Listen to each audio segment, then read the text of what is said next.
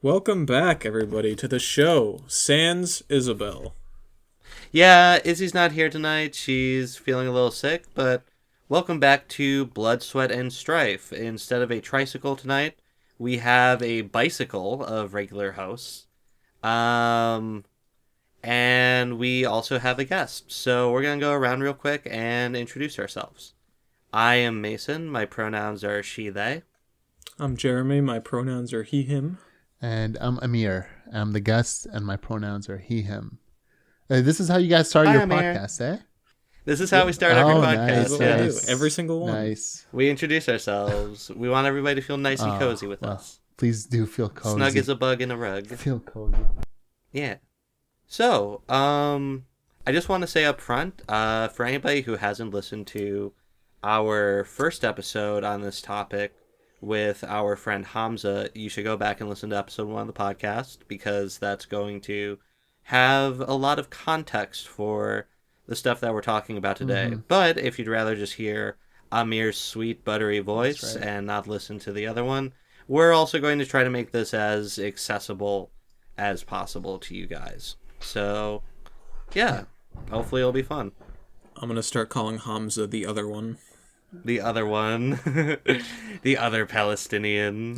But yeah, Amir, so I wanted to just start this off by asking you how you're doing and how you're holding up with everything that's been going on, like, back home.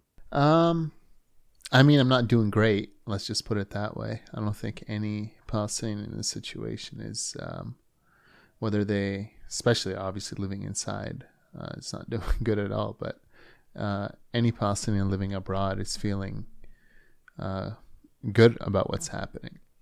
But this is a feeling that's been very similar for many years. It's kind of escalated really. It's escalated a lot in the last 2 weeks, but this is a type of feeling that Palestinians feel all the time, especially with the representation in media, the representation among the West, their voices never being heard, their voices being manipulated, being censored. That's what hurts the most, I guess, about this story, is that not only one of the biggest issues Palestinians face is not only are we experiencing a genocide and an ethnic cleansing on our people, it's that our voices are being denied as well, which is which just adds fuel to the fire. Mm-hmm. Yeah, I feel like in the West we definitely have this very skewed perspective of the conflict. We buy into these myths about Israel as this place that is just this, happy little Jewish community, which just showed up in this land that had nobody living there to begin with. Mm-hmm. And they decided to make their home there. And now there's this big conflict where, in the minds of a lot of people, both sides are at fault. Mm-hmm. And I think something that we're going to establish throughout this episode is it's actually a lot more complicated than that. And there's a lot of, preconceived, there's a lot of misconceptions. Yeah, and about I think Israel. I think you worded it nicely in terms of understanding, that it's not both sided, but understanding that it's a non-complicated issue that was made very complicated by the propaganda. This is an issue that's that's been experienced around the world in many places, but it's happening in the 21st century. It has its own distinct features, obviously, but at its core, it's colonialism, it's settler colonialism, and the propaganda and their logic that the Zionists use, which is a colonial project, and the propaganda they use might be, a bit different than others or very similar, but has its own distinct features or justifications is different. But regardless, at its core, it's still settler colonialism, and its ultimate goal is ethnically cleansing the native population. So, yeah, and it's really heartbreaking. Just like me, like personally, I've been doing a lot of crying Mm-hmm. these past few weeks because just every day I wake up and it's just more horrible news coming out about what Israel is doing to the Palestinian people. It is horrific. And this It is. this is an ongoing crisis. Like, this episode is going to already be out of date by the time that's out, but we hope that we can Mm-hmm. shed some light onto the situation. Yeah, and another thing, just to add on to top of that, of like what's going on right now and the whole situation. Like, I mean, they're hitting hospitals, so hitting cancer facilities, where Yeah. cancer patients live. This is like they're even in the West Bank where they're still shooting kids.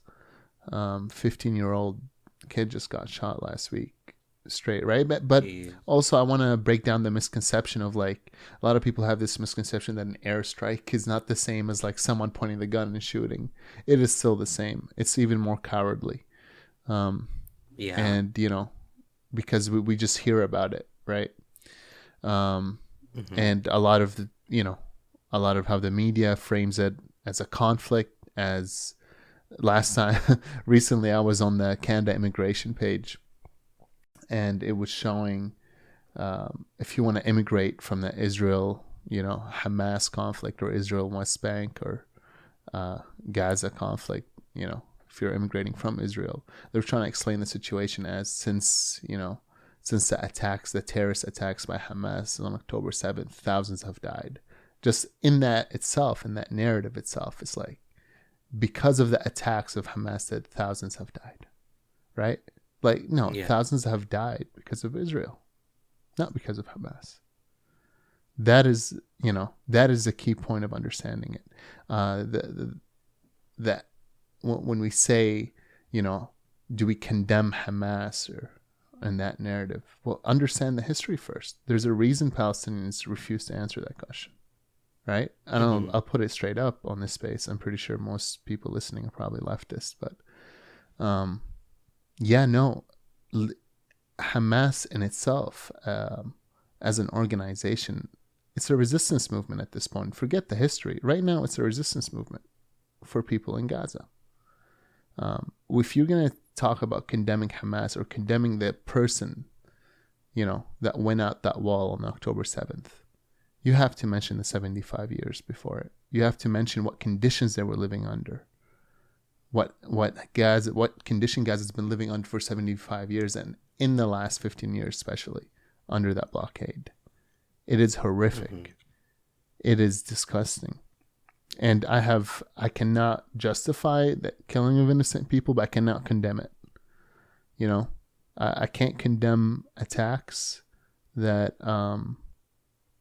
especially when people living in that condition. We're watching it from here and we're crying and we're desperate about it. I can't even imagine the kid in Gaza, or the person who lost a mother, who lost a father, who has no opportunity, no job. 97% of the water is toxic. No food and water, barely. Just before all this, before they cut food and electricity all the way, they were still getting barely minimum. I mean, one of the like plenty of UN organizations, called it a hell on earth, because it is. It's not just an open air prison; it's a concentration camp. Yeah. Absolutely.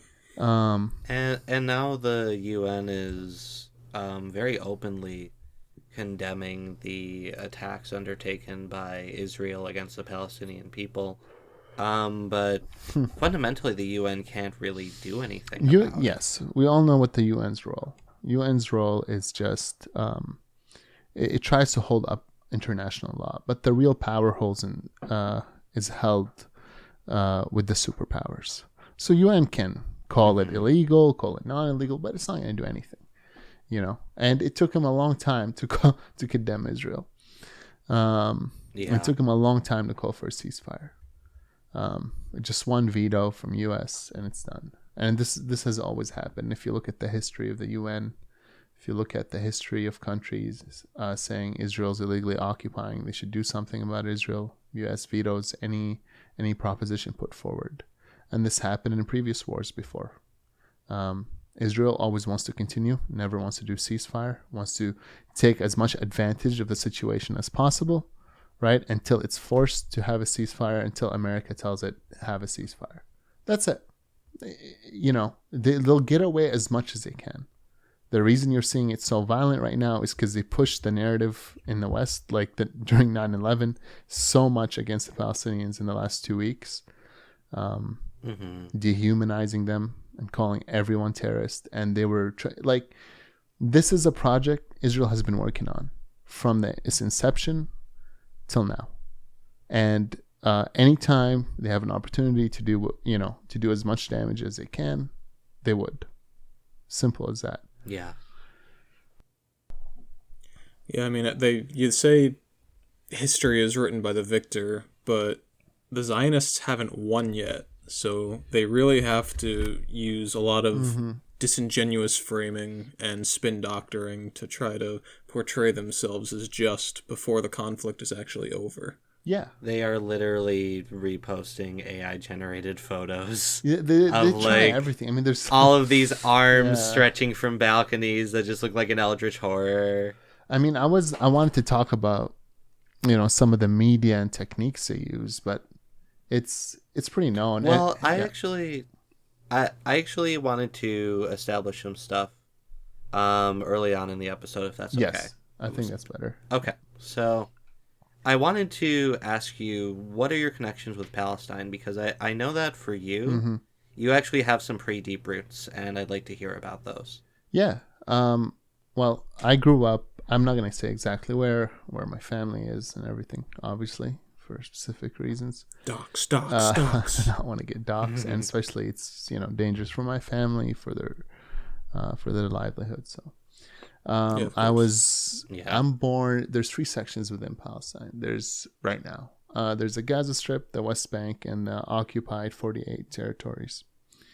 We, in 48, when Israel came and ethnic cleansed the population, 700,000 people were expelled from their homes. And some of the people that were left behind inside of what's so-called Israel right now, in prehistoric Palestine, were us. That was part of my family, and that's where we live right now. The situation as a second-class or third-class citizen within Israel is not as bad as the Gaza or West Bank, but it's still pretty bad, and especially living as a second-class, third-class citizen. But in terms of how this war, I think every Palestinian feels it. Just to give you a context, this history that we're talking about, my grandmother is older than the state of Israel, right?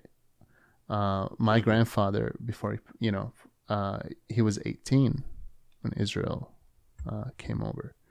When Israel was established. So this history doesn't, it's not that far along, and we still experience it till today.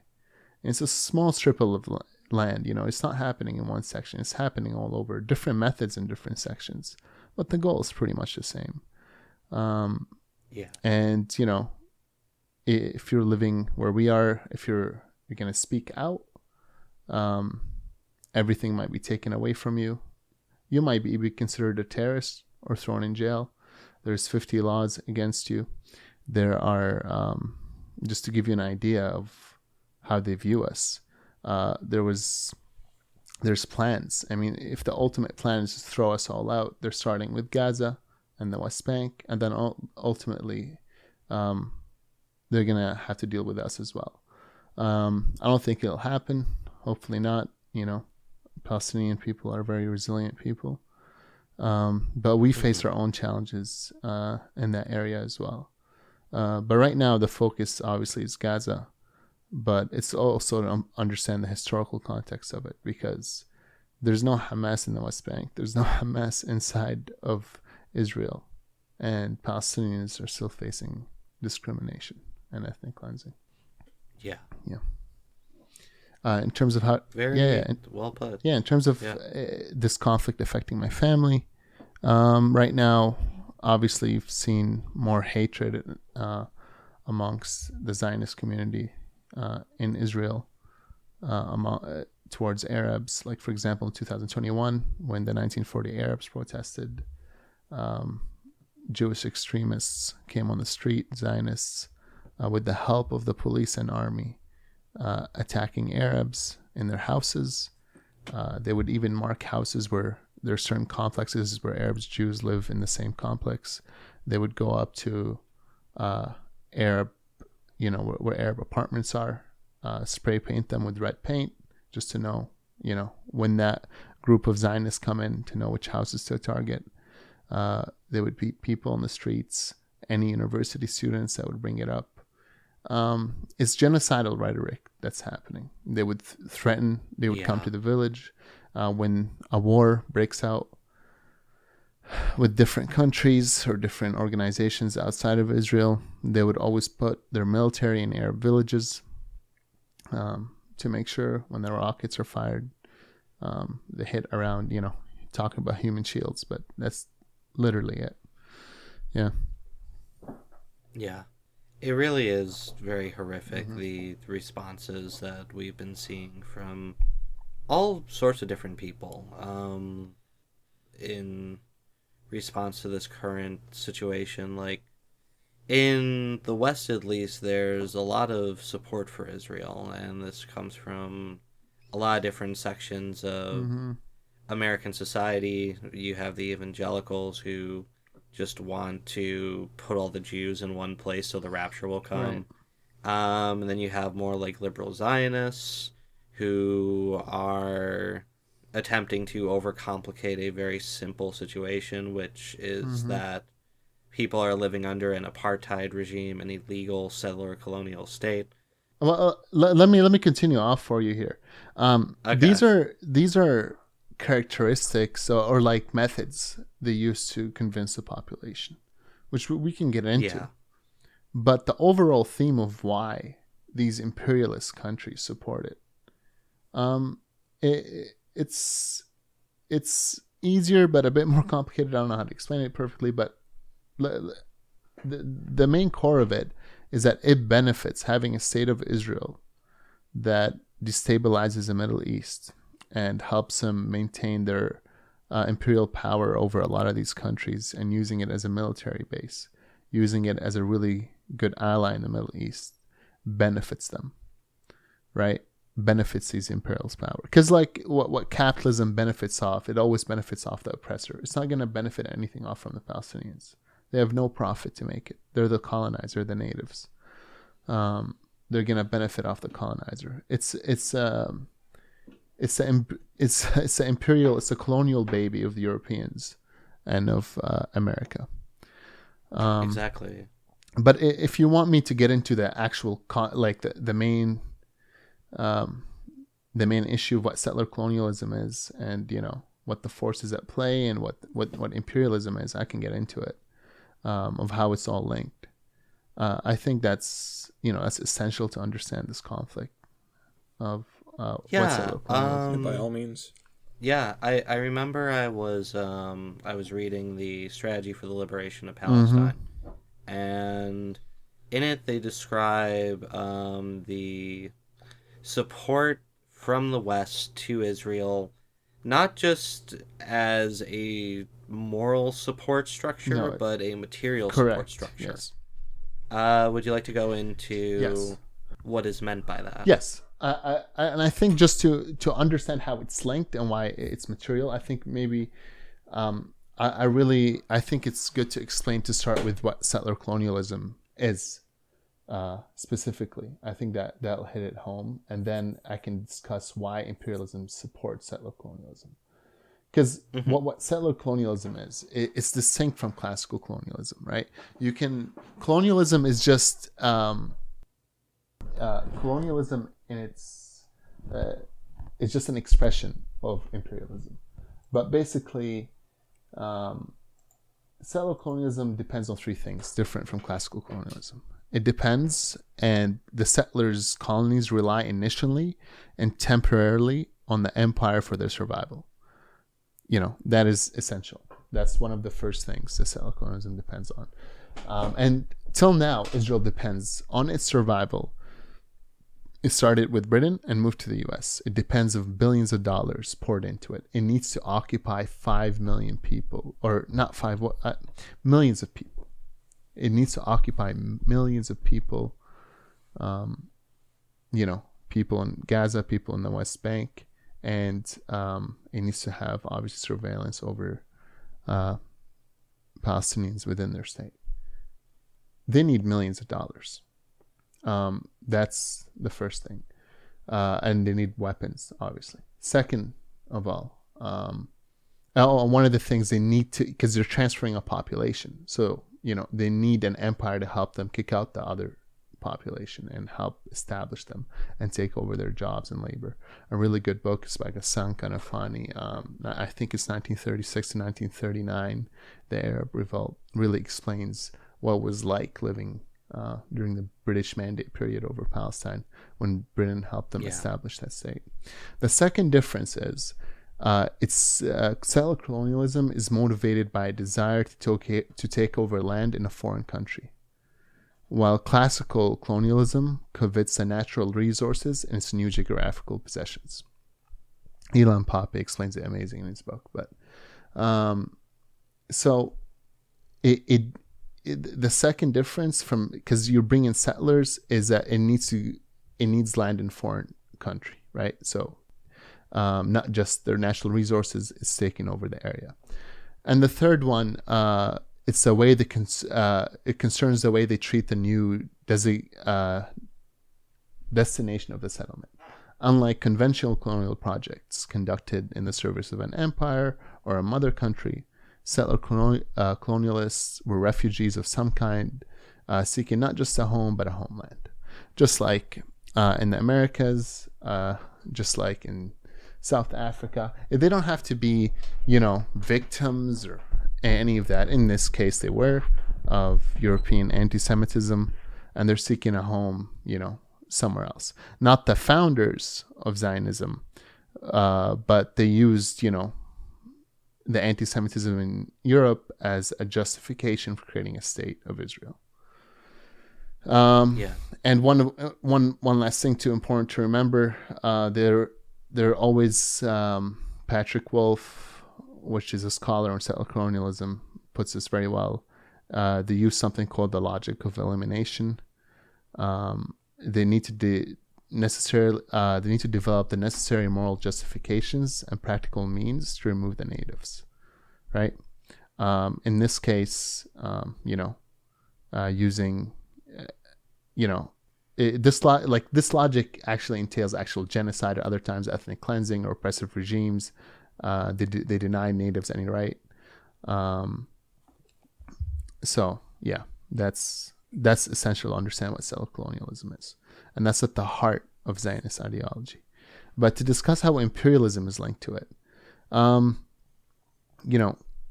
you need to know what imperialist interests are. The world imperialists, the global imperialism is. It's here to exploit the underdeveloped countries, right? It acquires the resources at low prices, processes them, and sells them back at higher prices, but within the same country or in its own market. This cycle generates massive profits, allowing imperial powers to grow their capital at the expense of the poverty and suffering of the people. So the Arab world is rich in resources, is targeted by imperialism. So imperial powers aim to sustain the situation, enabling the accumulation of their wealth while perpetuating poverty in the Arab nations. This means either by military force or oppressive regimes. Any revolutionary movement challenging this exploitation faces fierce opposition from imperialism. In response, the Arab masses oppose Israel, viewing it as a project of imperialist military base that was helped in exploiting and destroying their countries and continues to threaten not just a part but several regions of their world. So Israel, in other words, a settler colonial country, cannot have occupied and continue to colonize without the massive amount of support poured into it by imperialist powers. Exactly. And so imperialism finds itself, you know, so Israel cannot but fight to an end any Palestinian Arab revolutionary movement. Here imperialism finds itself in the best position, right? Because through Israel, it's able to fight Arab revolutionary movements, which aims at eliminating it from their homeland, with Israel becoming the force and the base used by imperialism to protect its presence and defend its interests in that land. So there's a unity between Israel, the Zionist movement on the one hand, and world imperialism. And Zionism and sometimes imperialism uses Israel as a state in which it acts out these things. So that's important to understand that link. Yeah. So I think that's a really good analysis of how the three are linked: Israel, the Zionist movement, and world imperialism.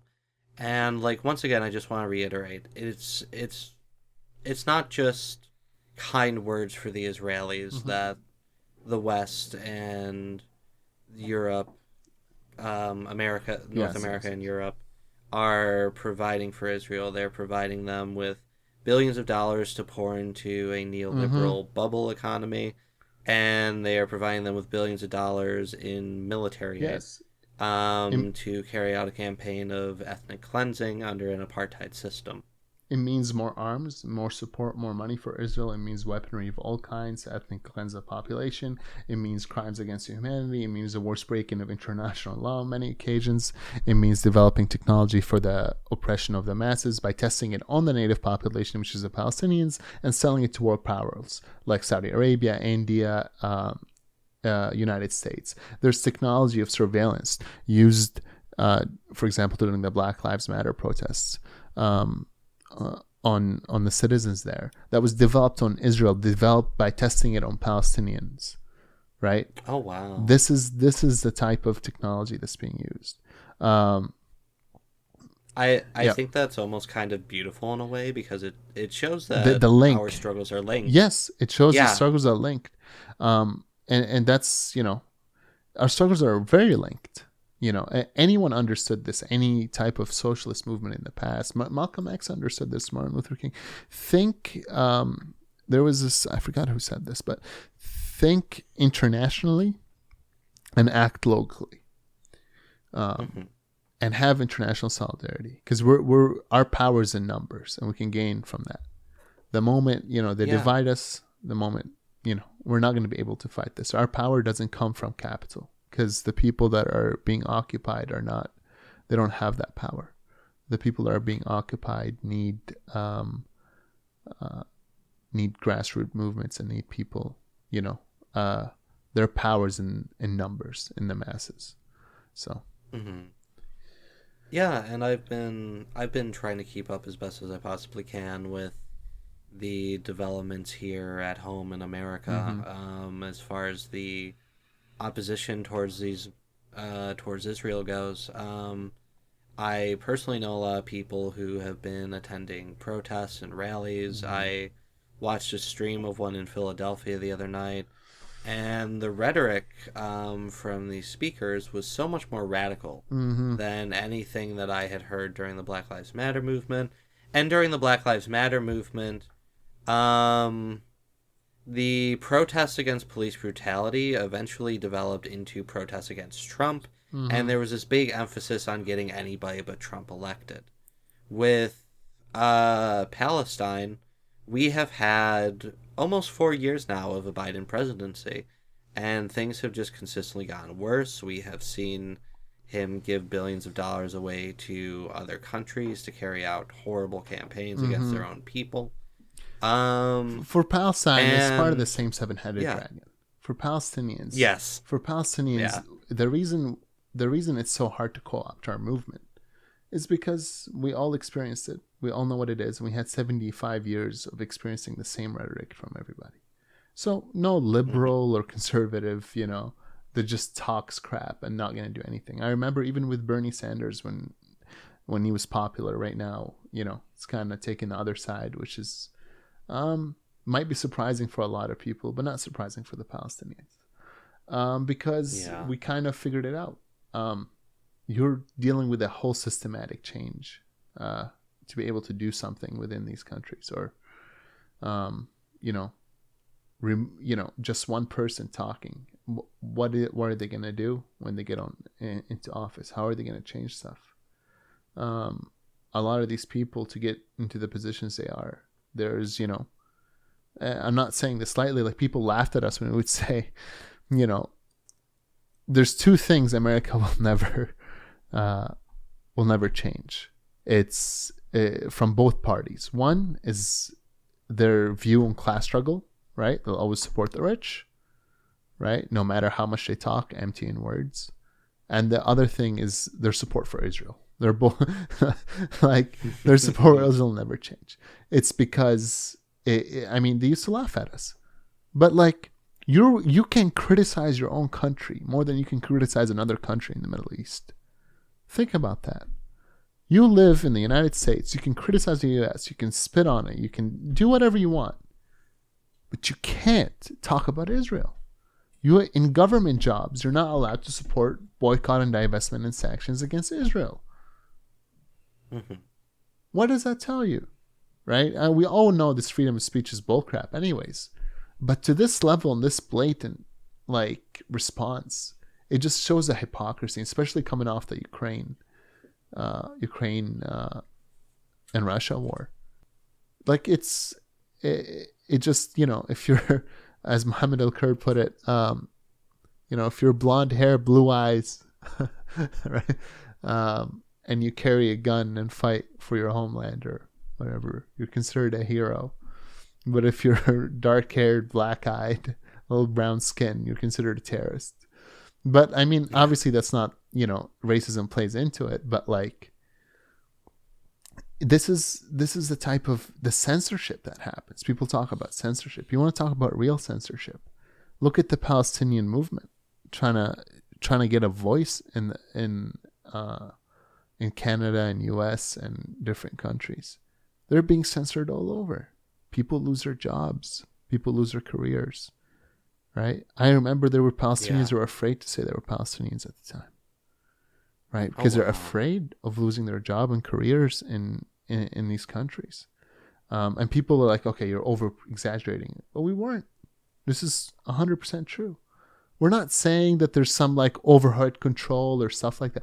What we're saying is this imperialist power, it has certain guidelines that it abides by. And most Zionists, in America, are, just to, put this out there for any doubt, they're not, a lot of them are not Jewish, Oh, no. No, that's very Absolutely important to remember. And them trying to say it's anti-Semitic is anti-Semitic in itself. Saying anti-Zionism is anti-Semitism is wrong. It's anti-Semitic. It's saying if you break it down to its actual core and its factual statement, what you're basically saying, if you're anti-colonial or anti-Jewish, which is wrong. What you're basically saying is all Jews are colonialists, which is wrong, and they're not a monolith group. And you look out, go talk to Palestinians, go speak with them. Most of them will tell you they have no problem, with Jewish people. It's Zionism, But like we're supposed to say, we're supposed to, act nice or act like it's both-sided, or we're anti-Semitic. No, of course I have hate for the colonizer that's colonizing me. Of course I do. What kind of question is that? How am I going to have any type of, how is that not going to be the natural reaction to someone, ethnically cleansing your grandparents off their land, your mother, your dad, or killing your mother, killing your child or your brother or your sister, and throwing you out of your homes, treating you like an animal, less than an animal. This is statements by Israeli officials and former IDF soldiers and what they used to do. Like, this is completely documented of the type of treatment they treat Palestinians to. If people don't understand it, like different roads that you walk on, different checkpoints, a settler can come and abuse a person, sexual assaults, prisoners, women giving birth tied to chains in prisons, killing Palestinians. There was recent videos killing Palestinians, stripping them naked and pissing on them, What type of what do you what do you want me to do? Right? Exactly. What type of reaction? Don't ask a Jew if he likes a Nazi. Don't ask if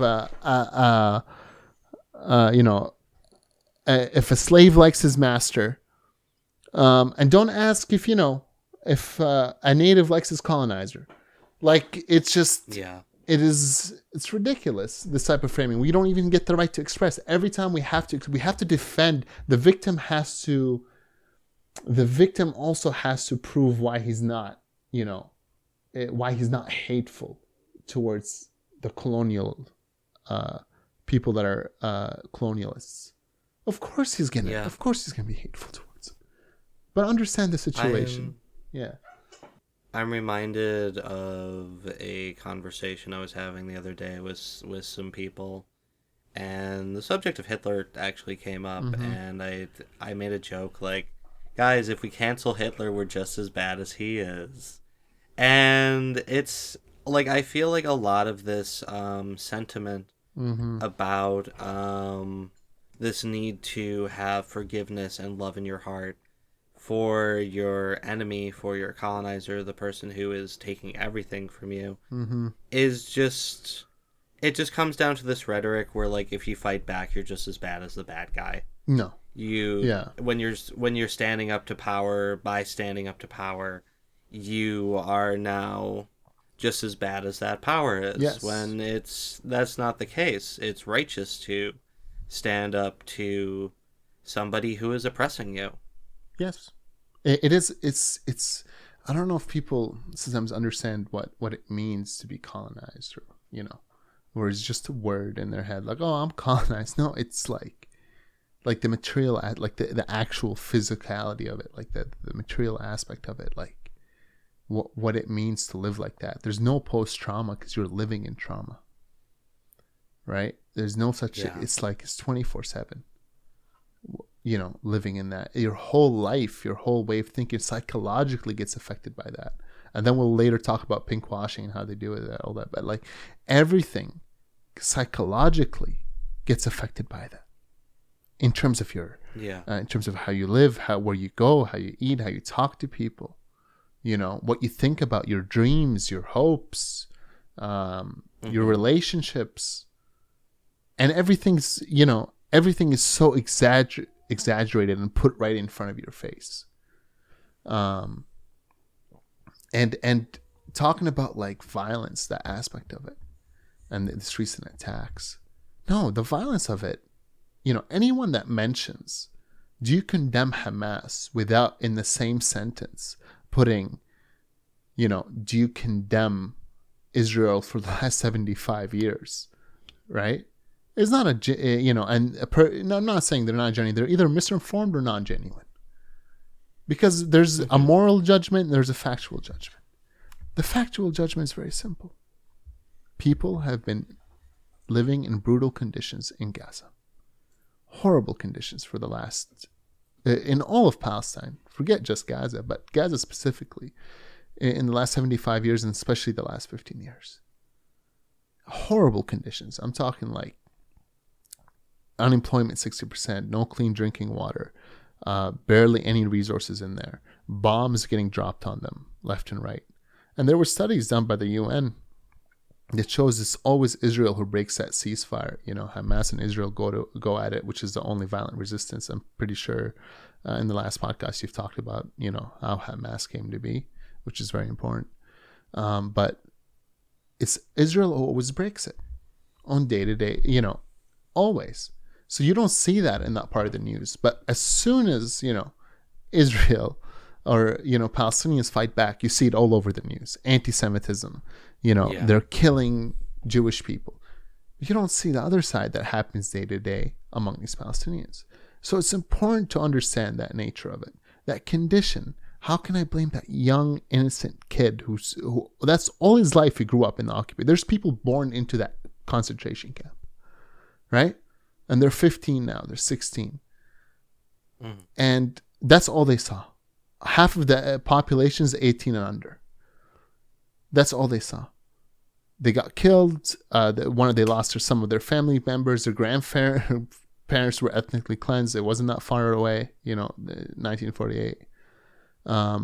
They live in trauma. They see starvation. They see people die regularly. No medicine, no food, no dreams, right? You've seen your little your brother blown up into pieces. Like, I mean, what did you expect that person coming out of that wall to feel? You know that he's not coming back. He knows he's going to probably get killed afterwards. But he's not going out, like, understand that. And obviously there was a lot of propaganda about beheading babies, sexual assault, which none of it happened, nothing proved. But this is part of Israeli media. They just push out a narrative. They know it's wrong. It does all the damage. Then a few weeks later or a month later, when actual human reports and organizations go on the ground and prove it was wrong, it's a little too late because the damage is already done. Everybody has forgot about it. And this happened with Shireen Abu Akleh. People forgot about the journalists they shot. They shoot many journalists. The UN schools they hit. Right, the hospital they hit even 2 days before hitting it again and blaming it on Hamas. Mm-hmm. But that is the nature of it. So how can you judge these people? If you want to fix a root cause, Hamas exists because of Israel. Hezbollah exists because of Israel. Literally, Hezbollah was created after Israel. Killed 20,000 people in Lebanon, destroyed Lebanon. The organization of Hezbollah was created, right, to combat Israel. That is a resistance, right? That's the resistance that we have. And resistance comes in many forms. It comes from socialist, Marxist, and it changed over time. It was very secular. It changed to Islamic. But even for me as a Christian, or, grew up as a Christian Catholic, but back home, Palestinian, if I was in Gaza, right? I might not like Hamas, I might like the regime or stuff like that, but when it comes to resistance against Israel, that's our only form of resistance. But this is important to understand. This is important. And in terms of a socialist perspective, let's say in terms of social, we can censor it, okay? But in terms of a socialist perspective, right? I don't know what your target audience is, but here's a great quote by Lenin. We are not pacifists. We are opposed to imperialist wars over the division of spoils among capitalists. But we have always considered it absurd for the revolutionary proletariat to disavow revolutionary wars that may prove necessary in the interests of socialism. Right? So it doesn't matter, who it comes from at the time. Exactly. As that's the first essential step is decolonization. But yeah. Yeah. And a strike at Israel is a strike at the heart of imperialism. In the Middle East. Yes. In the Middle East, yes. A strike at Israel could mean massive gains for the workers' movement abroad. Yeah. And I'm not saying it doesn't have to be just violent, but violence is part of it. Because violence was brought by the imperialist. The way the fight is dictated, a great quote by Nelson Mandela. People try to whitewash him again, right? This is a quote by Nelson Mandela. And this is a quote that speaks: a freedom fighter learns the hard way that it is the oppressor who defines the nature of the struggle. And the oppressed is often left no recourse but to use methods that mirror those of the oppressor. At a point, one can only fight fire with fire. At a point. That is it. Read any colonial history. They've always marked him as terrorist, but you have to understand that. No one wants to see violence. You don't want to see violence. Good. You want to solve the solution. Good. Blame Israel. You don't want people dying on this side. Good. Blame Israel. Because that's the source of it. They have a monopoly of violence. Hamas has fireworks. Not on the ground, but in terms of rockets, they have fireworks compared to Israel. It's amazing what they've been able to do militarily with 2 million people living in a 10-kilometer strip of land, right? Where else are they going to put their rockets? And they talk about human targets. If you want, when they talk about human shields, I know I'm going off topic here, but when you talk about human shields, here's a funny, Amnesty Report did on Operation Castlet or Edge. I'm not sure which one, 2008 or something. And there was a question of human shields being used. And they found they found like unequivocally a report by Amnesty International titled 22 Days of Death and Destruction, which investigated human shielding during Operation Cast Lead in 2008. According to the speaker, Amnesty International found no evidence that Hamas engaged in human shielding. However, there was extensive evidence indicating that Israel engaged in human shielding practices, such as forcing Palestinians to sit near tanks, artillery during fire, using Palestinians as shields while firing, and many other things. Like even like them targeting hospitals and ambulances, or people hitting a house with an airstrike. The people that survived would come out, call the ambulance. They'd wait till the ambulance comes, and then they'd shoot the ambulance. Like what are we talking about here? Like, understand that the massive distinction, right? Like, Palestinians, if they try peace, they get killed. If they try fighting back, they get killed and called a terrorist. What do you want them to do? Do you want them to sit there and just die? It's frustrating. I'm sorry I'm going on a rant here, but it's frustrating the amount of like people trying to justify it, even certain leftists. Be like, well, no, both sides are bad, right? But please end the occupation. No, not both sides are bad. No, don't fall into that. We got so used to, because of the massive attack against Palestinians here, Palestinian racism, the massive attacks, that we have to play it that part. And I understand playing it to that extent, but we're also taken away from the conflict because we're not really solving the issue, right? Because when you come to solve the issue, well, now, okay, look, why are they attacking? Like, no, understanding the issue, it's not both-sided at all in any context. Mm-hmm. You're the oppressor. Under international law, it's your responsibility because you hold the monopoly of power. They control all the water, air, food, everything. Yeah. They control the violence. They dictate how it goes. Yeah, on the one side you have a settler colonial power which is existing illegally, which is backed up by Europe and North America, and on the other side you have this besieged population which has it in its best interest to develop a resistance movement against their oppressors. Mm-hmm. As Mao said, and I'm just going to go ahead and quote Mao, since you were quoting Lenin before. Yeah. Don't disarm the victim, disarm the aggressor. Yes. How can you be a victim? How can you be in defensive? How can you claim that you're acting in self-defense when you're, as an oppressor, your natural stance is being the aggressor? Yeah. You can't.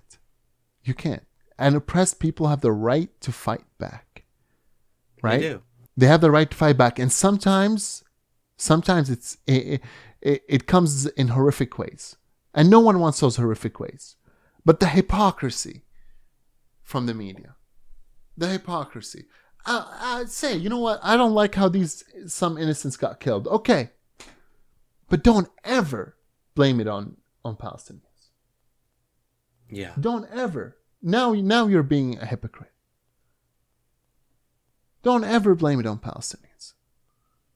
In that sense, there's probably Palestinian actions we can condemn, but the picture in itself.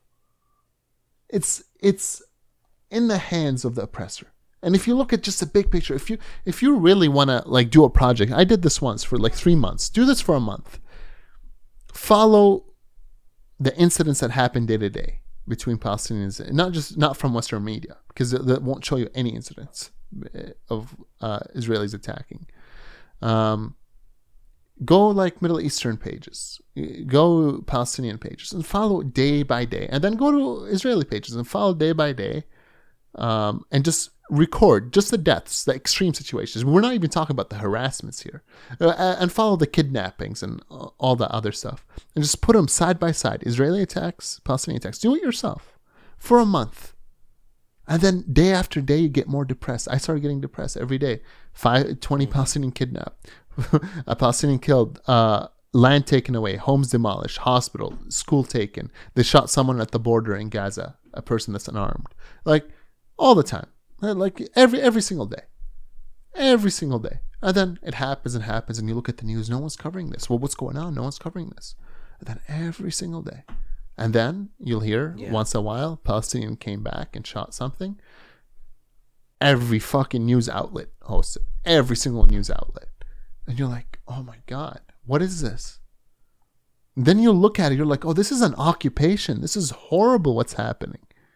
The disgust, like the amount of like hatred that's put into it, you know? Like taking you from your home, like taking the only thing you know away from you. You know, everything from you. With no hope, no recourse, like nothing. The court system is horrible. Like, forget about Gaza. Look at the West Bank for a bit. Like, when people get killed, they go to the court system. It's plain obvious. It's even on video that the settler killed them. But he'll just get some random witnesses that weren't there, you know? And the government will be like, oh yeah, witnesses say that he didn't kill him. Gone. That's it. Your brother's dead, and that's it. Deal with it. What, like, like it's hatred. It's psychology put into these colonialists that this country has to always defend itself from destruction, but really everyone's scared shitless of it. That's the truth. Yeah. Right. And the media in the West really does have this double standard when it comes to how they treat the Israelis versus how they treat the Palestinians, and this sort of double standard applies to how they treat white people versus how they treat black and brown people, just globally in general. When there is a white colonizing force or a white exploitative force, you aren't going to hear about the atrocities that they carry out on a day-to-day basis. No. But you will hear about people fighting back against these people, and it will always be condemned by the media. Yes. And Orientalism plays a big role in this. A huge role. Oh my God, I'm so glad you mentioned it. Orientalism is one of the biggest, you know, if you haven't read Edward Said's book on Orientalism, please do read it. It's you know, it can be a boring read, but it's very good in understanding, you know, how we look at the global South in general. Yeah. And how we, you know, justify things in our mind. Because, like, there's a reason most of the most of Asia, most of Africa, and the Middle East and South America understands our struggle. And the people understand it. Can you very quickly define Orientalism for everybody? Yeah. I want to mention it not in, like, not like non academic terms, but it's okay. So it's like it's a way we study languages, literature, religion, philosophies in ways, right, that perceive the other countries or like Middle East and Africa in a very negative light from a European perspective. So it's the images of, like, you know, of the Orient or the East directed towards those in the West. You know, the construct of the image, you know, directed towards the West, and that's basically and the way we're described from these colonial powers, and it's never in a good light.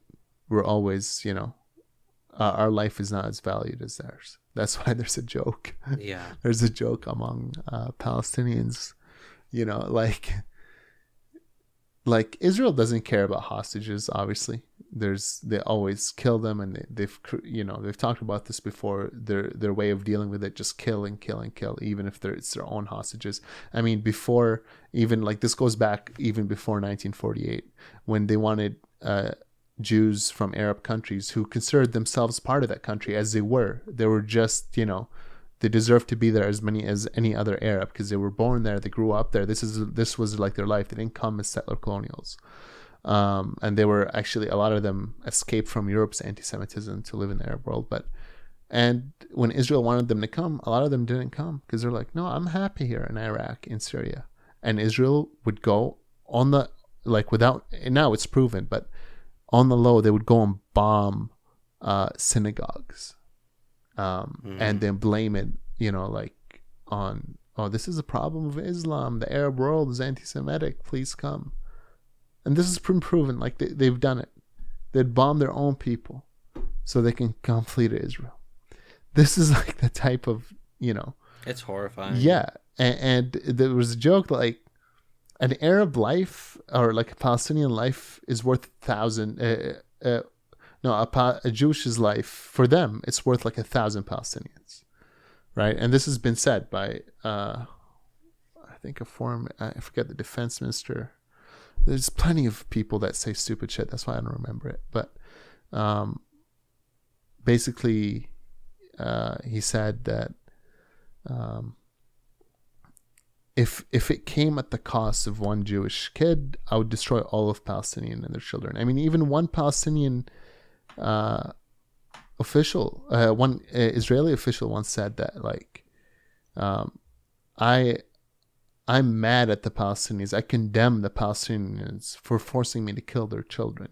This is a type of rhetoric that's used. It's very like, yeah, what you made yeah. me And so do. the hostages, sometimes like they trade, a lot of hostages for one or two, Yeah. And because if enough pressure is put on them, like, and so they're not viewed as much. Like, I mean, even like if you think about it just in a big perspective, I'm pretty sure you all saw the video, probably like it's moving around TikTok, but it's pretty funny. And it puts it in a good light. Like, there's one person in Europe, they're mentioning Hitler, which was, let's just put it clear, one of the most evil human beings, if not the most evil, right? One of the worst. And you should never compare suffering. But the point is, just to put it in perspective, when Europeans kill each other, and the person that is evil, which Hitler was, it's considered top 10 list of one of the most evil people. Kills 6 million Europeans, 6 million Jews and other Europeans.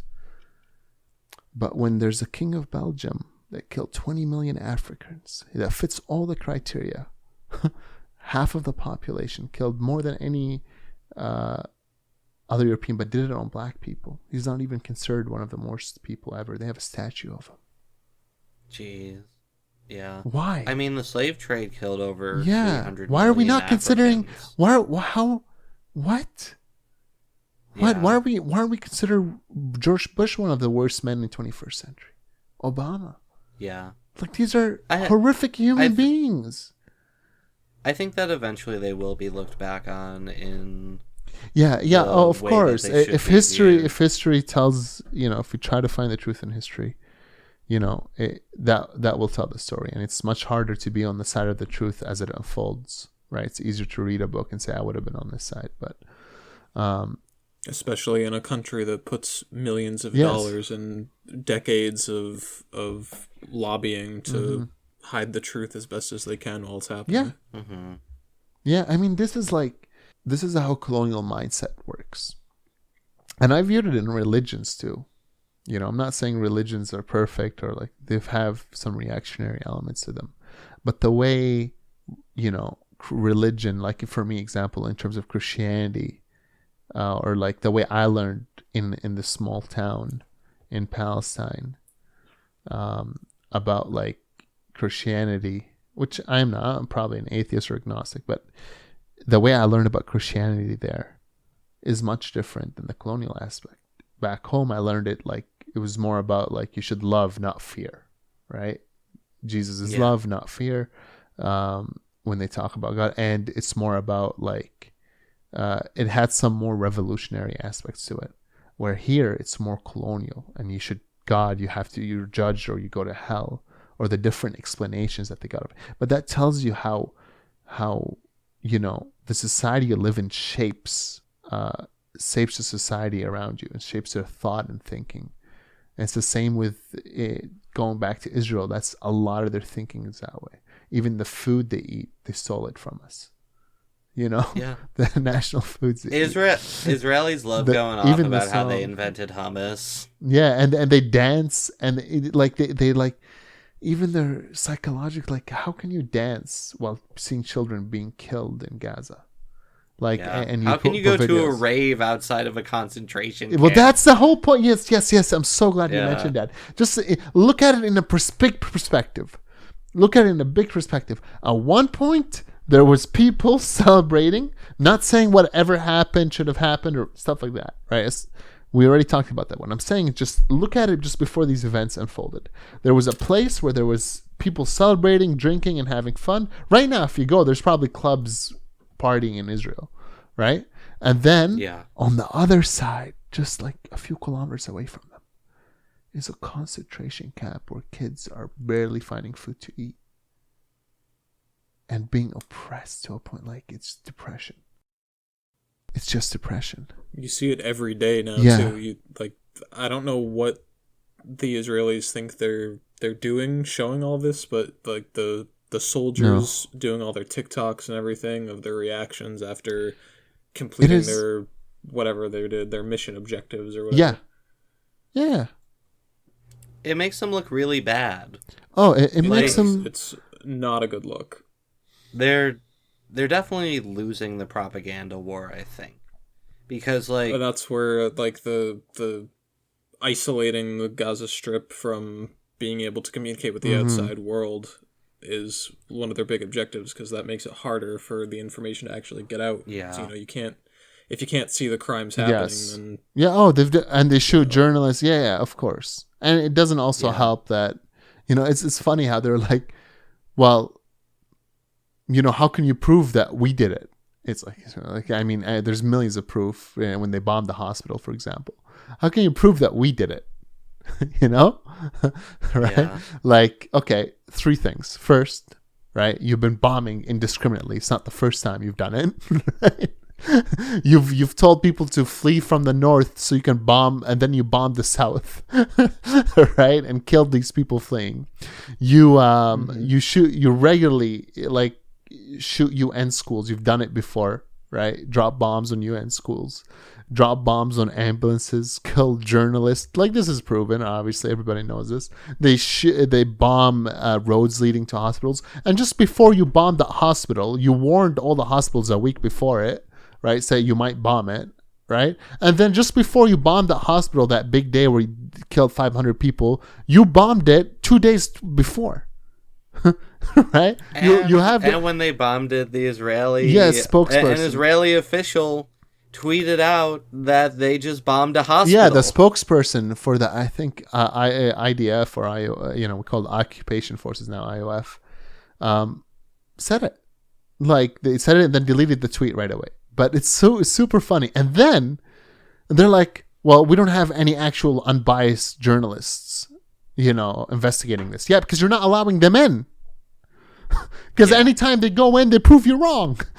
It's like also journalism without a bias doesn't exist. It doesn't exist, first of all. But second of all, there's factual truth. There's things that are facts that happened, where the missile came from and what happened, right? But like, it's so like, imagine you're that mother that just lost her kid, right? And then you also have to hear, I don't know, who did it from the rest of the world. Like, fuck you. Even if we take the false warning to the hospital into a vacuum and pretend that it was true, right? Like, let's say that their warning was accurate and they were going to bomb the hospital and they actually wanted people to evacuate. Where the fuck are they going to go? Yeah, and second of all, that's already full up of victims. Yeah, exactly. And second of all, like, wow, amazing, you warned us. Like, wow. Like, you what? warned us before you bombed our medical and there's center. been many places, residential buildings, that they have no warnings and they just shoot them and kill them right away. Like, how are the warnings done? First of all, right? The text messages, people that might have their phones off, there's no communication, and they've shut down communication. Like, how do 90% of the fucking journalists don't even know where to go to? People, hospital try to call the journalists to tell them, like, tell us where the victims are so we can come and get them. Like, it's like, how, like, the savagery. I don't know if you've seen the videos. Like, I can't describe it.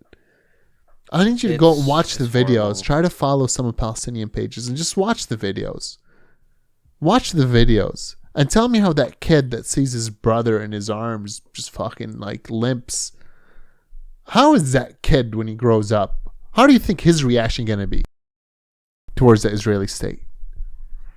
The settler colonial state, that its existence, for them to live in luxury, they have to occupy the Palestinians. Because if they didn't occupy it, for Palestinians to get out of the occupation, not only is it militarily, it's economically, it's getting their house back, it's getting their resources back. So they have to do it. Yeah. They've been left with no other choice. That's the irony of settler colonialism.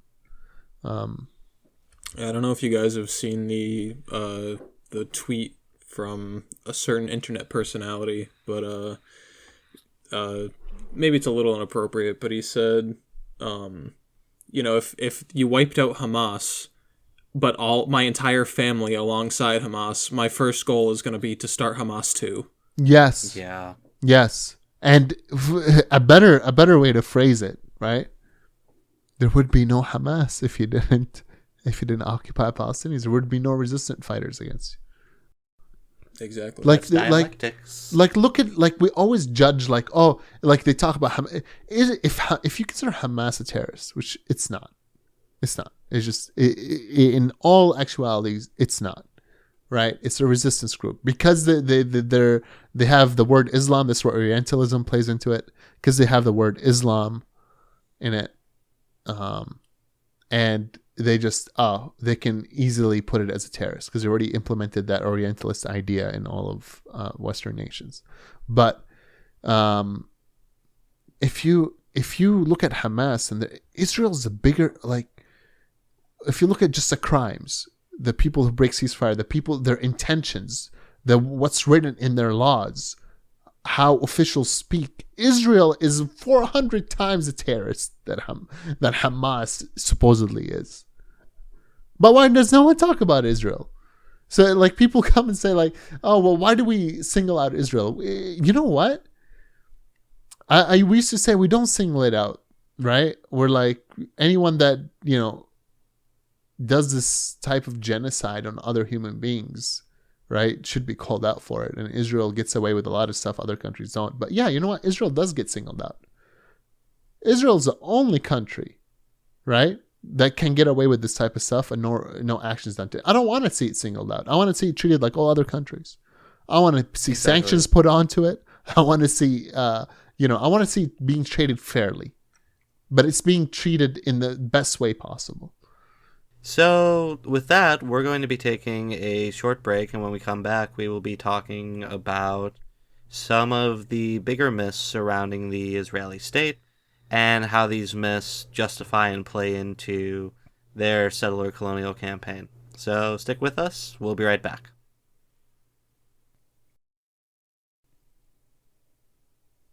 Hey, we're back with more Blood, Sweat, and Strife, and today we are joined by Amir. Say hi, Amir. Hello. Hello. I just wanted to say that we were talking during the break that I might be a little too just go all over the place, just because this is a passionate issue for me. I also have ADHD, but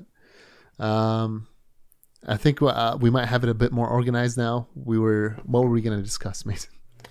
We were going to discuss, we're going to be drawing heavily from the book 10 Myths About Israel by Elon Poppy, but there's more myths than just that. But to start out, I was wondering if you could tell us what some of the big myths about Israel are and outline what those myths, what the story behind those myths are. Yeah, I can do that. Okay. All right. So,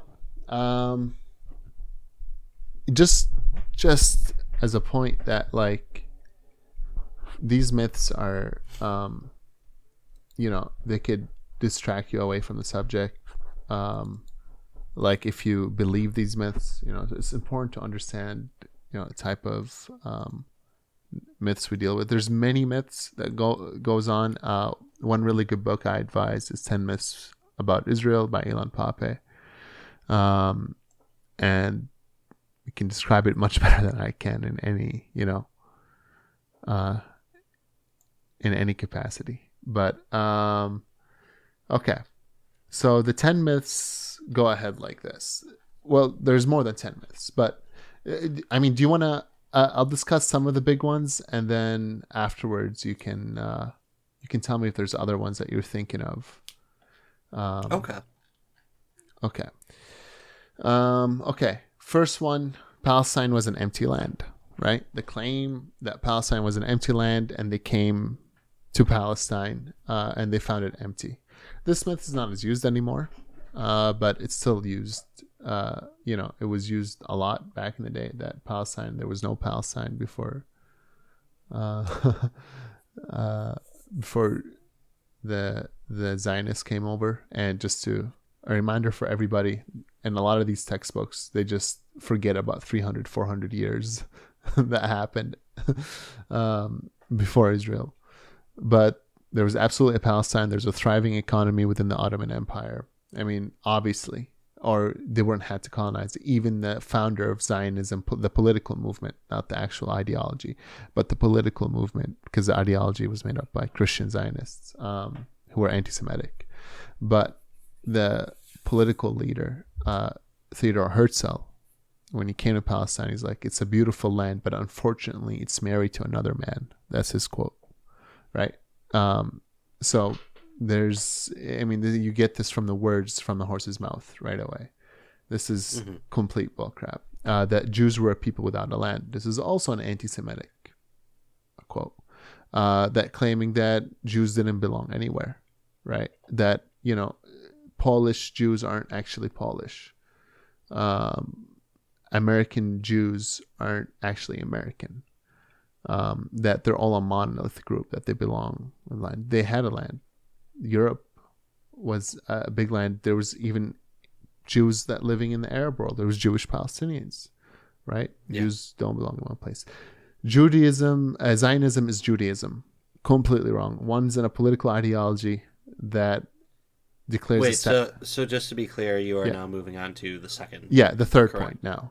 The third point. Yeah, okay. First point, Palestine was an empty land.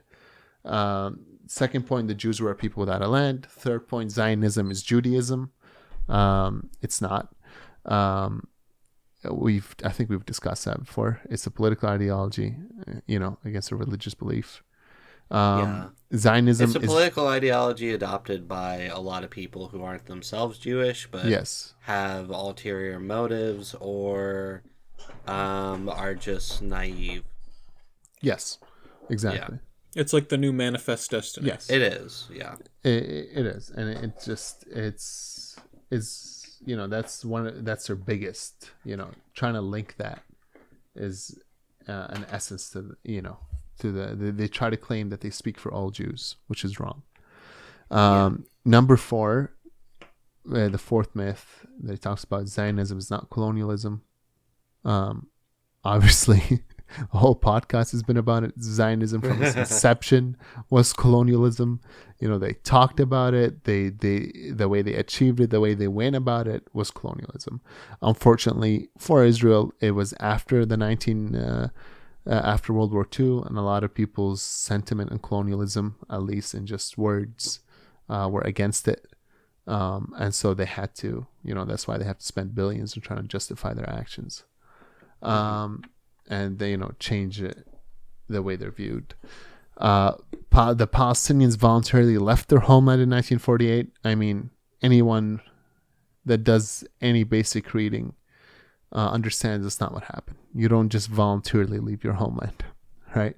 Or we wouldn't have such a refugee crisis. We wouldn't have the Gaza Strip, the West Bank, which a lot of them are refugees. Like it's you're a refugee in your own land. Like there's stories where people would leave their, because of the war and their shooting, they have to leave for a kilometer away. They'd come back and their houses aren't theirs, isn't anymore. That's it. Or the two what's the name? The Haganah and the two armed groups that made the Palestinian the IDF afterwards. They would go into towns, line up people, shoot them, burn people, kill, rape in certain villages, and then they try to put fear into the other Palestinians to get away, or this is what will happen to you.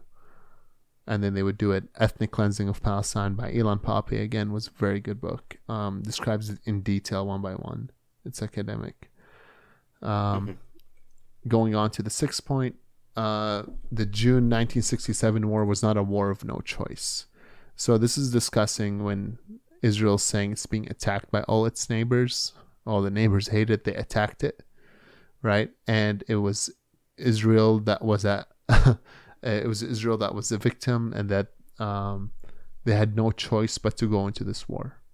Completely wrong too. And we can discuss whichever one you want. But number 7 is Israel's only democracy in the Middle East. 8, the Oslo mythologies. This talks about the Oslo process and the two states. And then the Gaza mythologies. And then the two-state solution is the only way forward. Is the 10th one. Okay. These are myths. There's other myths about like today, right? In terms of rainbow washing, whether it be red washing, green washing, blue washing, purple washing, pink washing, all of that, right? No matter how you look at it, at its core, it tries to feed, settler colonialism and its ideology. And if you want to choose whichever one you want to talk about, we can go into it, and I can describe how it's linked. Okay, so I think the ones that I'd really like to talk about are the misconceptions that Israel is the only democracy in the Middle East and that the two-state solution is the only way forward, because I feel like these are some of the most pervasive myths that we see today about Israel. Yes. Okay. So I think in terms of Israel is the only democracy in the Middle East, it holds no water. Absolutely none. Democracy for what? What is a democracy, first of all? But democracy for what? Democracy for settler colonial white European Jews. They get to vote on who's going to ethnically cleanse the Palestinians. Sure, but how can you be a democracy when you hold millions of people under occupations that you consider your territory and them having no choice in voting or any choice in the economy, any choice in anything? That's not a democracy. Israel is not a democracy. Israel is a theocratic state, an apartheid state. Apartheid is not even a word to describe it. It's worse than apartheid. It is not a democracy in the Middle East. In the same way, Saudi Arabia isn't a democracy in the Middle East. Because you get to elect someone for who's going to carry out the ethnic cleansing and who's going to keep the economy for a part of the population. In its charter, it puts it's a Jewish state, right? In its charter, it's saying it's not a democracy for all its citizens, only for part of its citizens. 20% of its citizens are Palestinians. These are not the ones in the West Bank and Gaza, by the way. I'm just saying, just within, proper Israel. That stupid term, but yeah. Also, I'd like to point out that for about the past 10 months, I believe, Israel has been racked with protests and unrest, and the people in general seem dissatisfied with their government. So this is because the actions that their government is taking in Gaza right now are very unpopular. Yes, correct? And it's because the reason some of the actions are unpopular because the hostage people, they're like, oh, Israel's still killing indiscriminately in Gaza, but we still have hostages in there, right? It's like they don't even care about their own citizens. But this type of thing of like Israel right now, it became non-democracy because of they took away power from the how do you say the word? Judiciary? Judiciary, and gave it more to the government. But okay, so it's less of a democracy for a section of the population of Jewish people. But for the Palestinians, it's still the same. It was never a democracy. That's a key point. right? Again, like, oh, really? You care now, right? But for Palestinians, it's like, it was never. Yeah, I mean, it gotten harsher, I guess, a bit in some ways. But even the most peaceful, they call former Israeli President Rabin, they used to call him, and they assassinated him for trying to negotiate with the Palestinians. But he was even the most peaceful one that they talked about killing Palestinian children and done horrific atrocities and genocides. Mm-hmm. So there was never a democracy. If you want to discuss democracy and you want to exclude half of the population that's being occupied, then that's something of your moral judgment, you know? Yeah. But if you want to discuss a country and its true democracy, like imagine during, like, I'm not saying it's like slavery at all, but what I am saying, imagine during the slave time in America, you saying, or, you know, or Jim Crow times, or, you know, a bit before it, saying like, oh, it's a democracy, you know, white people get to vote, black people now. What? Yeah. It's not a democracy. It's ridiculous. And the second one, the two-state solution is the only way forward. Okay. Let me preference this. Not everyone who talks about two-state solution, I forget sometimes to say that.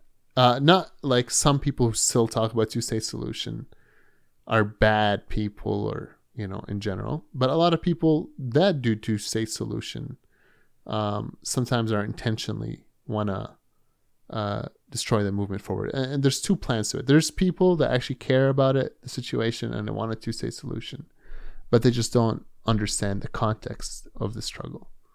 A two-state solution doesn't work.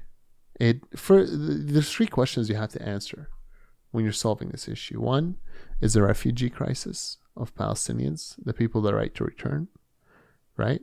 Two is the land, like, logically, like, what can you do with this? What does this entail? The borders and territory. Three, the issue of settlements. And you also got to answer, you know, obviously the blockade on Gaza. Two-state doesn't solve any of that, especially in today's time. Like, logic, like materialistically, it doesn't make sense. The West Bank is so split up in many different ways, right? And to be able to achieve it, like, Israel used the two-state as a way to conquer more. And you ask why. Israel never wanted a state in the first place. But when they pushed a two-state, what you're doing is legitimizing all the areas Israel already took. Yes. You're legitimizing it. Like, you can't return back into that country that, you know, everything that's been taken from you. So that's the first point. Second point, there's a lot of people, right? It's not fair to Palestinians to put them in that small strip of land. Second of all, they've already tried it. The nature of this conflict doesn't allow it. Like, Israel's nature does not allow it. The Oslo methodologies is like, when they tried to work with you know, during the Oslo process, it was coming off the Intifada, and horrible political leadership from Yasser and the Fatah movement. But they were trying to create a two-state solution. So what they came up with is they split the West Bank into three sections. Gaza has its own section. It's connected somehow to the West Bank. And they have, like, a transition period in switching, where they have a lot of checkpoints and military. They create a Palestinian army that turned out to be just a puppet for Israel. But Israel basically created that transition state peacefully, right, to put checkpoints and stuff without violence, to do that, and then stayed in that transition phase, broke the ceasefire. Like, imagine that. You were stuck in that transition phase, right? That's it. So they just conquered more while talking, yeah, we'll want a two-state. The number of days that Israel has actually honored any of their agreements with the Palestinian people is zero. They've never violate any agreement that they enter into, and that's why the two-state solution is so naive. Because if you are proposing a two-state solution at the current time, it's like saying, like, well, you know, what if we kept apartheid, but we gave them clean drinking water. Or Exactly. And like going back to your previous point about Israel not being a democracy, and in your view, it seems that Israel is not a democracy because it does not represent all of the people living there. It does not represent the Palestinians. It only represents the Israelis, Israelis, which is to say, these white settler colonists who came from Europe and North America. Would we call a state that was saying that's only if you're white Christian, only if you're white Christian you get rights over the others? Would we call that a democracy? Like, I mean, Of course not. Like, then why is this so hard to understand for people? Right? Yeah. This is what Orientalism is. It's like you judge us differently, right? Yeah. Like that, Arabs don't deserve democracy. This is logic of Orientalism, and this is what Zionism feeds off. They try to say Israel's the only democracy in the Middle East. Israel is the only one that has LGBTQ rights in the Middle East, which it doesn't. They pay off newspapers to say they're the most gay friendly. It doesn't. It just obviously doesn't, right? And Do they even have gay marriage in Israel? No. But I let's thought just not. Yeah, of course they don't. But they try to say it's the most gay capital. But look, what's your point? Your point. Let's give them. I don't want to even give them an inch, but let's give them the benefit. Let's just say you are the most gay friendly country in the Middle East. On Saturday, we had a gay parade. On Sunday, we slaughtered 3,000 Palestinians. Exactly. What the fuck is your point? Fucking George Washington was so kind. On Saturday he gives his slaves some food. On Sunday he whipped them. Hitler was Hitler was loved animals. He had a shelter for animals. He built a shelter on Saturday. On Sunday, he killed 6 million Jews. What's your point? Yeah. You don't think there's LGBTQ people living in Palestine?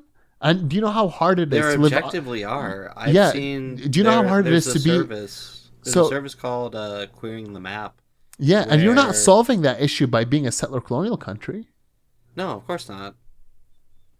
I would say that being a settler colonial country impedes social progress because so much of it is dependent on regressive reactionary views. Imagine dealing with oppression and dealing with that at the same time as a Palestinian. When you bomb a house, when you bomb a residential building, right, that's full of people, you're attacking feminism because you're killing, you're attacking feminism, you're attacking children's rights, you're attacking humans, you're climate, right? Like the Palestinian issue is a feminist issue. The Palestinian issue is because when you kill people indiscriminately, you're going against everything. You are, yeah. And just to go back to the pinkwashing thing, it's pinkwashing is a symptom. Settler colonialism is the root sickness of it, right? Recognizing like pinkwashing as colonial violence can help us understand how Israel divides, oppresses, and erases Palestinians on the basis of gender and sexuality. So, like pinkwashing, I'm going to read you a little section of an LGBTQ or like Palestinian group, but this is what they say: pinkwashing pushes the racist idea that sexual and gender diversity are unnatural and foreign to Palestinian society. When this idea is internalized within Palestinian communities, it alienates queer and gender non-conforming Palestinians and isolates them as a social group. These compounding social pressures tell queer Palestinians that they must give up on some part of their identity or experience. We can either be queer and not accepted as Palestinians, or we can be Palestinians and not accepted as queer. This destructive effects of internalized pinkwashing reverberate through Palestinian communities, strengthening myths that associate queer Palestinians with Israeli collaborators or westernized native informants and propaganda feeling of hopelessness and narrow our political imaginaries, and it just divides Palestinians. It Like does. this is, and so it's easier to occupy. This is the ideology of it, right? Yeah, and yeah, it's very like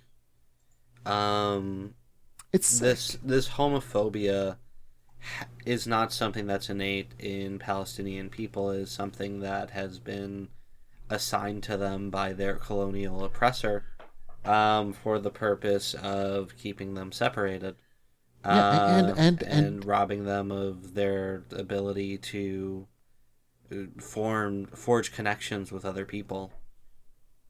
and you're correct, absolutely. Like I mean, like your other point about discussing like it in terms of LGBTQ and in Israel. There was a point you mentioned. My mind is going off a bit, but it doesn't help solve the issue.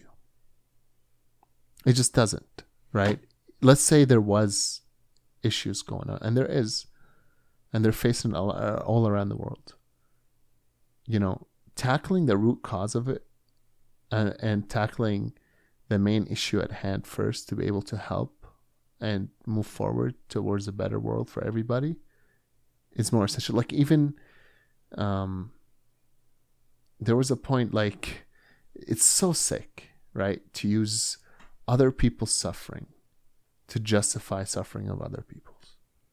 This is like they use people that died in the Holocaust to justify what they're doing to Palestinians. Like that is so sick. Not only are you stepping on Palestinian lives, but you're also stepping on the Holocaust survivors' lives. Yeah. And the Holocaust that died, the children that got killed.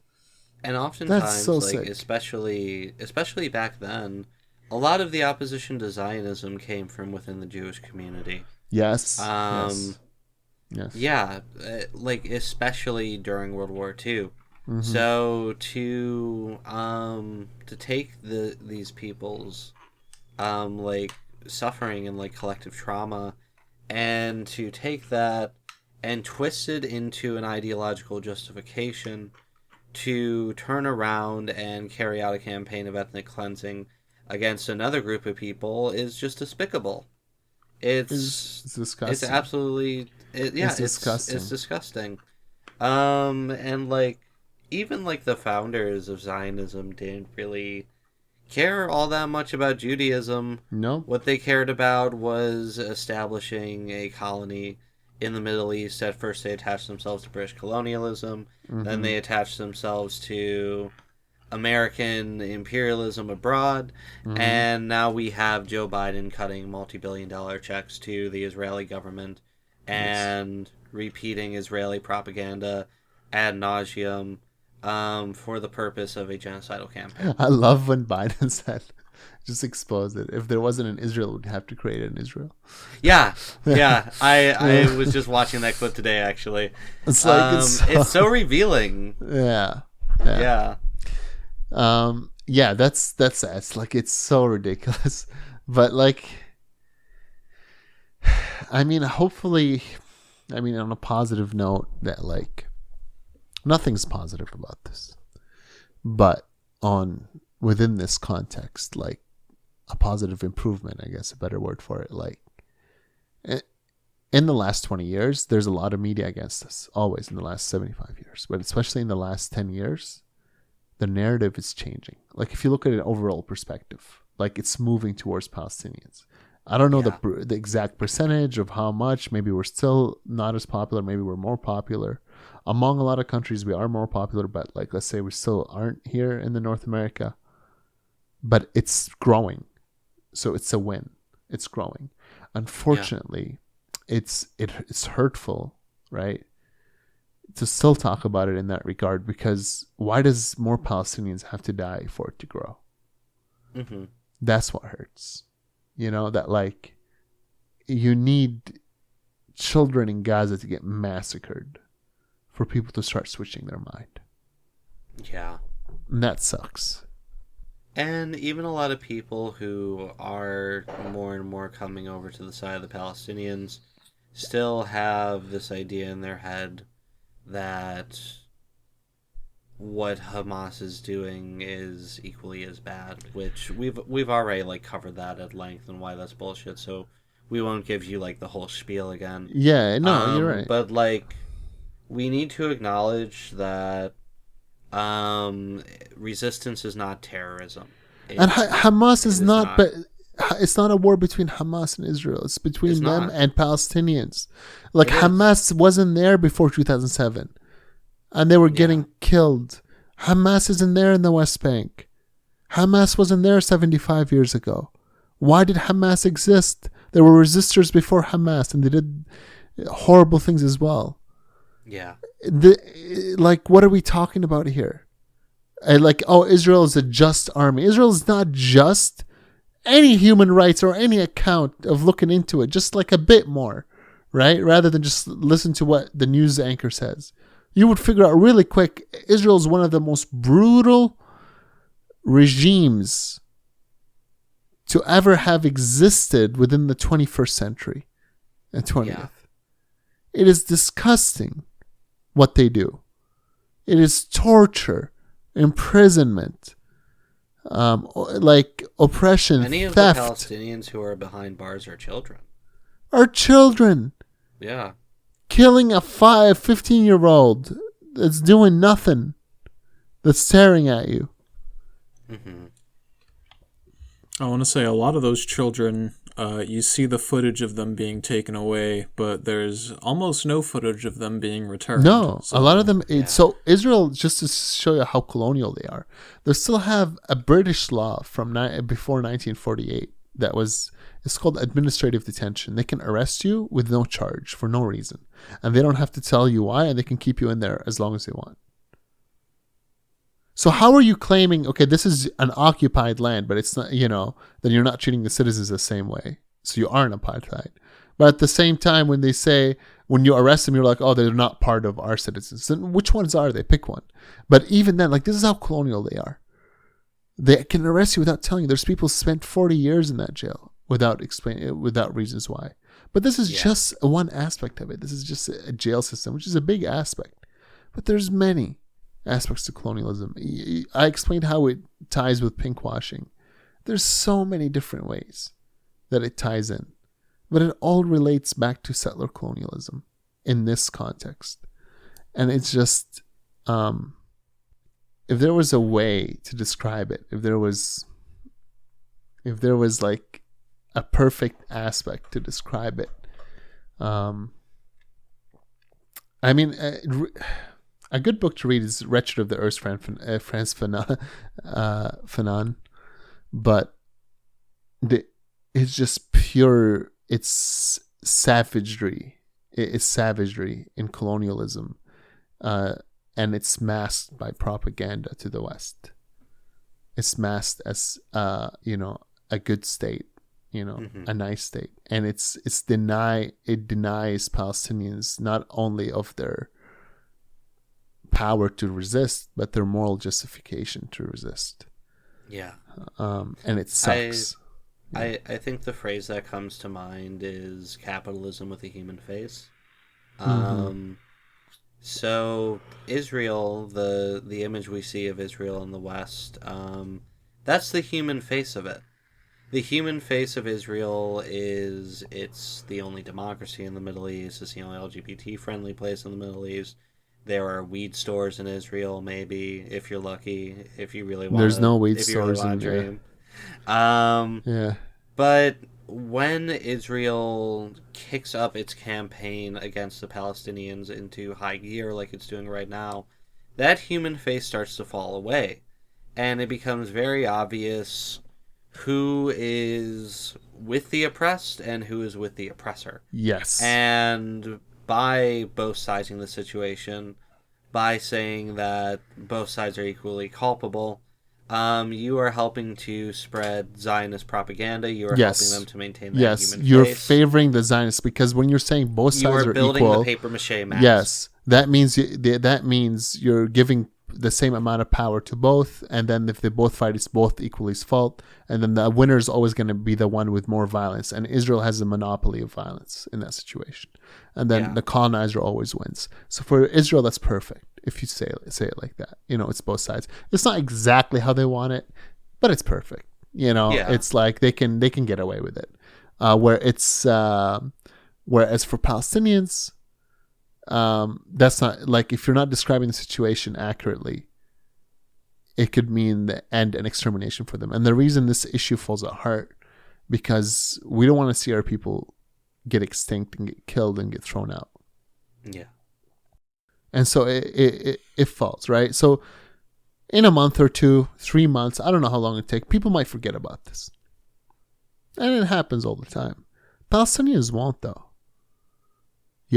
But Palestinians, they can't. They live through it. And they think like they can destroy this nation by killing more people, millions of more people. But they're not going to do anything. Like, they are going to do something, but like they're not going to destroy. If Hamas goes, another resistance will come up. They'll fight in many different ways. Yeah. But like when you kill that child's gonna come up and he's gonna want to fight back. Yeah. When you killed his mother, his sister, his brother, like, what are you doing? Yeah. You are creating the conditions necessary for a revolutionary movement, and you're getting a revolutionary movement, and you're just like, I don't like reaping. I don't like reaping what I have sowed. No. But yeah, I briefly want to mention, like, just kind of how we perceive things over here in the West. Like, we kind of think that something is over once it's out of our social media feeds. Like, a few years ago, when all of the, like, corporations were trying to get in on the Free Palestine kick, and, like, IGN had the Palestinian flag on their website or whatever, a lot of my friends became more aware of the Palestinian struggle. And that's good. However, I had a friend ask me earlier this year, what's going on with the Palestinians? Is that still a thing? And I was like, my friend, it has been a thing for over 100 years. Yes. Like, the conflict is not over. Yes. It's not even a conflict. It is a one-sided campaign of genocide against a people. And, like, I think if there's, like, one thing that I would really like to impart onto people as we bring this episode to a close is, even if this disappears from your social media feeds or from the nightly news or from wherever you get your news from, keep the Palestinian people in your minds, keep them in your hearts, continue to donate to good things like the Palestinian Children's Relief Fund and Doctors Without Borders, and continue to spread propaganda and agitate against the Zionist colonial state. Yes, and keep that not just on top of that, but also try to convince the unions around you and to understand the issue that it's globally. Our power is within numbers. Just Palestinians alone can't change the situation.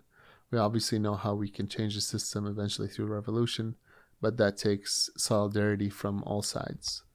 That, if different groups fighting for different things get separated and fighting alone against the big corporations and government, they can't do anything. But together, when we stand on issues together, I stand with your issue, you stand on my issue, we can become much more powerful. Exactly. Organize and agitate. Think internationally, act locally.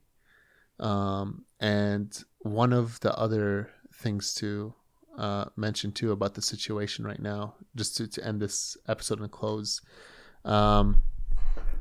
just the current situation, I just want to add one more thing about Hezbollah and stuff, and it's the enemies around it. Israel, right? Hezbollah was created because Israel slaughtered 20,000 people in Lebanon. Syria is destroyed by America and the West by funding terror groups and destabilizing the region. Iraq is destroyed. Lebanon is destroyed. these resistant fighters, when they fight Israel, that's part of, that's why Hezbollah right now, people are kind of criticizing, like, you should attack more.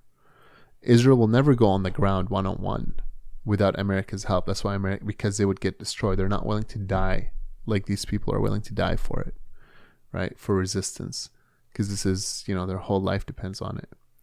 So, but they're criticizing Hezbollah because if Hezbollah doesn't attack Israel in the way that people are expecting him to, because that's his whole point, right? His whole point is a defense against Israel.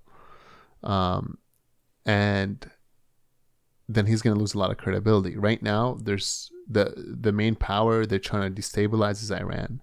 They're trying to build that trading route coming from America to India, and destabilize China's influence in that region that it's trying to build. And part of the reason is getting rid of Iran. Hezbollah is funded by Iran. Hamas sometimes by Iran, sometimes by themselves. It depends. They're trying to involve Iran. You've been seeing it. Sometimes they say they're not involved. I don't know if they're in talks with each other or not. That's sometimes how it works. But the people, just to mention, most of the Arab people support Palestinians in their struggle. A lot of their regimes that are in there, they're like the President Sisi and other leaders, Jordanian, they're good in talking words, but they do not support. They're with the imperialist power. Their regimes put there in place. You either go with U.S. and Israel or against it. But this is showing the true face of it. And it reminds a lot of Arabs that their struggle are very connected in that region. We've seen massive demonstrations coming out of Middle Eastern countries in support of the Palestinian people. And it's just their leadership, their ruling classes in these countries, which are hesitant to act and intervene on behalf of the Palestinians. There's only one right now that was gonna act, which was Hezbollah, funded by Iran, and they're not. I don't think they'll act. Turkey talks all that crap, but they have the most American bases, I think, military within their country. Yeah. So they just talk because Erdogan, he draws his support from from a lot of the Muslim population there, from certain groups that support Palestine. So he talks in words, nothing in action, and that's why understanding that peace process of Israel just trying to make peace all around, 1948, they were trying to make peace. They came in, they stole your land, and they left it to the UN. Oh yeah, we'll give you half of the land. Right? We'll give you half of the land. Wait, what do you mean? No, we don't accept. They come and take it. They take more. Okay, we'll give you a quarter. No, we're getting killed. Oh, we take more. You understand? These are not peace processes, and Palestinians are never on the table when there's a peace process. So Israel does not want peace. This is a country that colonizes, kills, and our job here is in the West, as you said, is to understand that struggle, to understand why it's linked and why it's important to us. And to understand a simple one is, why should our tax dollars that you're paying go to killing children overseas while you're starving here? Yeah. That's the same question. Ask it. You ask it for Ukraine, ask it for here. Ask it for Israel. Israel's, it's one of the worst. At the this question point, is, where's the money going? Yeah. That's why defund the police a few years ago became such a big thing, because we don't want as much money in the police. We want money in social services. We want money to help lift us out of poverty so we don't have to turn to crime and then require police intervention. In the Russo-Ukrainian war, we haven't necessarily been giving them weapons. We've been selling them weapons. This whole time Ukraine has been running a tab, and they're privatizing all of their infrastructure. They destroyed Ukraine. They're destroying Ukraine, but that's a whole topic for another episode. Another day. I think that was good. In the case of Israel, they are just giving them direct military aid.